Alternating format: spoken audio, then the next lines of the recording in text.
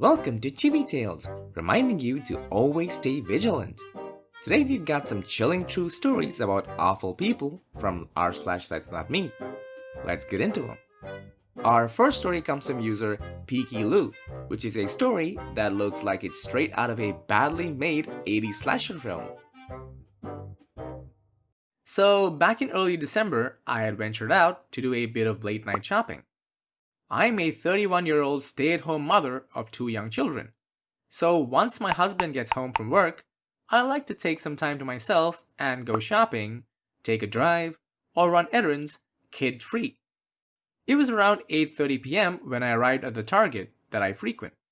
I am by no means a paranoid or anxious individual, but I have attended several seminars on human trafficking, and I've done plenty of research on my own, learning to identify red flags and what precautions to take when out in public alone, especially at night. I carry several self-defense items on my person at all times, just in case. I parked directly in front of the store next to a cart caddy and took a mental note of the vehicles parked nearby, again, just as precautions. I was taught at an early age to always be observant of your surroundings, and being a control freak just naturally makes you that way. Nothing seemed out of the ordinary that night, and the parking lot was actually quite empty, most likely because it was a weekday.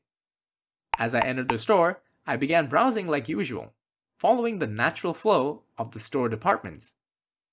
I had been browsing for only 10 to 15 minutes when I noticed a young gentleman.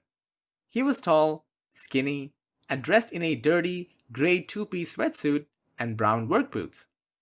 He looked over at me, I smiled and said hello, but his facial expression was blank. He looked like he may have been high or something, by the look in his eyes, but he didn't seem to care for my gesture and he quickly moved on. At first glance, there was nothing in particular that alarmed me about him, except I took notice at the fact that he was just wandering down the main aisle with no cart or basket, hands in his pockets, and didn't seem to be with anyone. I continued shopping with no second thoughts and made my way to the next department. Several minutes had passed, and that's when I noticed a second young gentleman wearing the same gray sweatsuit and similar pair of work boots. Again, no cart and no basket. He too glanced at me, then quickly darted his eyes away when he realized I was looking directly at him. I became a bit more alerted, but still remained composed and continued browsing.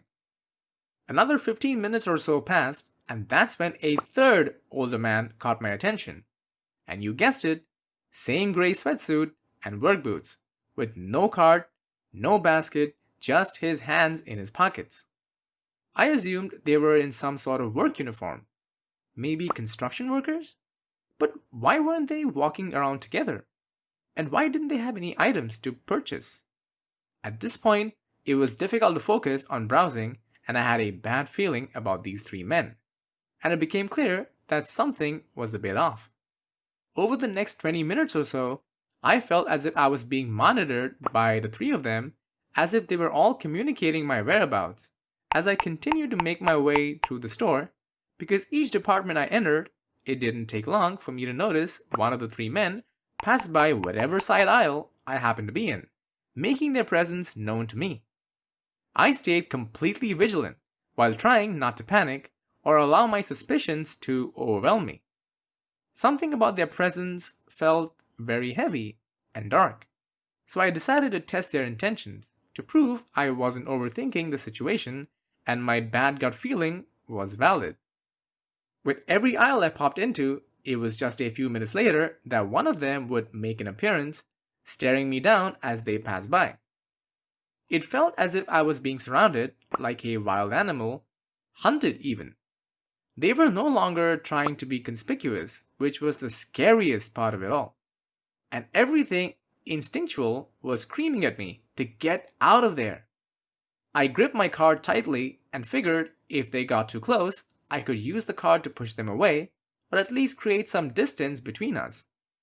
By this point, I had been shopping for about an hour or more, and was ready to purchase my items, but honestly, I felt too uncomfortable to continue browsing even if I wanted to. The men had been following me all the time, and I was becoming more annoyed, if anything. The store was pretty empty around this time, one of the main reasons I like shopping at night, but that made this particular situation even more unsettling. Two preteen girls were wandering around by themselves, which quickly caught my attention because the men had bypassed them, making similar advances, but the girls were seemingly oblivious. So I quietly got their attention and asked them to find their parents and stay with them, while trying not to freak them out. The mother in me was in full on protection mode. I couldn't imagine having my young children with me on this night, and thank God they were home, safe and sound. As I made my way to the checkout, I noticed one of the men coming up from behind me, walking at a quicker pace this time, so I immediately stopped and turned to lock eyes with him as he approached. I will never forget the darkness in his eyes. An eerie smirk formed on his face as he nudged my shoulder, continuing to stare me down, walking backwards to hold his sinister gaze as he exited out of the store. I had lost sight of the other two men, and I hated the uncertainty of it all. He made his message clear. In that very moment, my stomach dropped, and my entire body began to shake. It was a feeling that I hadn't felt since I was a kid getting lost in the supermarket, a feeling of desperation. I quickly walked to the checkout, discreetly asked the cashier if I could speak to a manager, and told them what had transpired over the last hour, politely asking for a male employee to walk me to my car, and for them to alert their security team member. When I told the manager what happened, her face sunk, as if she had already known about these men. And once I described them, she confirmed she knew who I was talking about. She expressed that several of the female employees had found the men unsettling in the past and reassured me that someone would escort me to my car. She made a report about the incident and said she would alert the authorities. I was still shaking, but felt relieved that she believed me and showed concern for the other young female patrons in the store. She took my information, and a young male employee walked me out to my car. What I saw as I exited the store made me so sick to my stomach, solidifying all of my suspicions. A white, windowless van was parked in the lot, directly behind my car, and one of the men seated in the driver's seat, and the other two, leaning against the side of the van, were facing my car, attempting to hide out of view. I mean, how cliche and obvious can you be? Your license plate might as well read Lady Snatchers at that point. Whatever their intent, it didn't seem pure. I pointed them out to the male employee and said, "There they are," which then prompted the men to scurry into the van and speed out of the parking lot without hesitation. I truly don't know what would have happened if I walked out to my car alone, and I'm so freaking grateful I made it home safe and sound and lived to tell my story. Over the following week, I had heard there were several abduction attempts in the shopping center parallel to that target, and I'm almost certain it was the same individuals. To the three matching sweatsuit creeps, let's not ever meet again. Okay, it is so hard to believe that these things happen outside the movies too. Always remain observant, folks. Did you ever get lost in the supermarket? Tell us that story in the comments below. This story comes from user FunFunkyMom, whose story might make you think twice before receiving a call from an unknown number. So I work for a very major retailer you've all heard of. This was from 1.5 years ago, back when I worked in the electronics and photo departments. One afternoon, I answered the phone and spoke to a customer. He wasn't very direct about what exactly he was looking for. At first, he said he was looking for a gift for a family member that he hated. He said that he wanted it to be something they would accept because of the obligation, but would absolutely hate. I asked if he was looking for a type of gag gift, and he dodged my question. Instead, he started asking me what I would buy if I wanted to get a gift for a family member like that. I said I wasn't sure, but maybe a movie or some music they didn't like would be a good choice. Then he surprised me by asking what type of movies I liked watching. I said that it wasn't anything that would really fit what he was looking for, as I usually watch anime. Next, he asked if that was something I'd want to watch over dinner. I said I certainly do watch it while I eat dinner sometimes, not knowing where he was going with this. Then he said, "No, I meant with me." I laughed nervously and told him, no? Then I quickly changed the subject back to what he was looking for, and he asked if we had a certain TV series in stock. I told him I'd go check.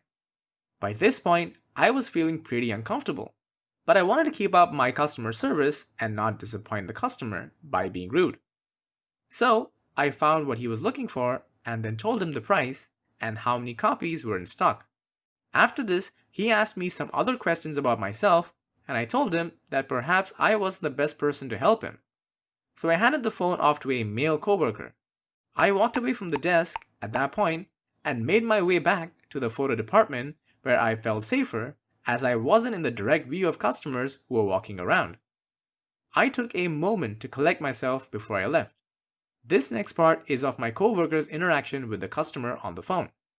My coworker introduced himself in the usual manner and asked how he could help. The man said, "Oh man, where did that cute bubbly girl go?" My coworker replied with an improvised response of, "Oh, she's actually our photo associate, so she doesn't know much about electronics." "Ooh, I'd like to see some pictures of her naked." My coworker did not know how to respond. The customer then said it would be easier to just shop in person and that he'd be back later to see me, and hung up. I asked my coworker if he was ever able to get the customer off the phone.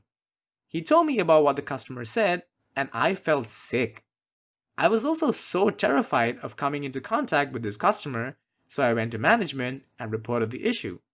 They chuckled and said there wasn't anything they could do as it was likely just a prank caller. I was worried about spending any time on the sales floor, but I still had to complete my shift. That evening, I was terrified. I asked a male coworker to walk me to my car.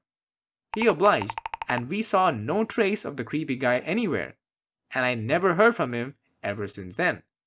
So, to the creepy guy who called my work, let's never meet. Man, that sounds creepy as hell. I sure hope that was just a prank caller who gets the ass whooping he deserves one day. Anyway, tell me a wholesome story in the comments to undercut all this tension. And goddamn, comment below. And that was r/LetsNotMeet. And if you liked this video, be sure to smash that like button and share this video with your friends because it really helps my channel grow.